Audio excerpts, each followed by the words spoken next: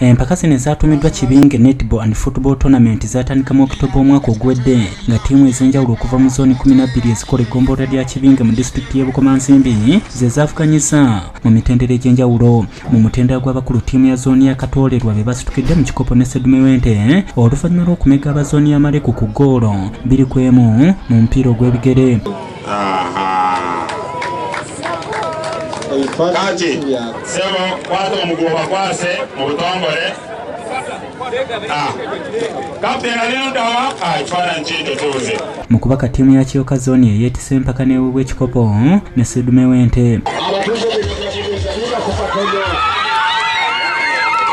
Ttiimu zaavuganyiza ne mutenda gw'abali wansi w'emyaka 14 nga aba zooni ya Maleku eyawangudde ez'abalenzi, zooni ya Katoolerwa eyeetise ez'abawala abali wansi w'emyaka 14.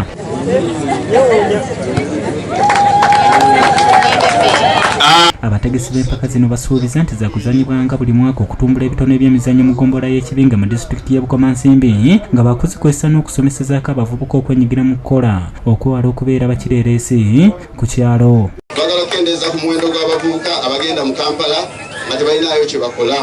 Twagala abantu ffenna tusigale mu Kibinge waffe tumukulaakulanye. Abakulu nga bavuddewo, bana bato baddewo batambuze obulimi ate nga bakulaakulana.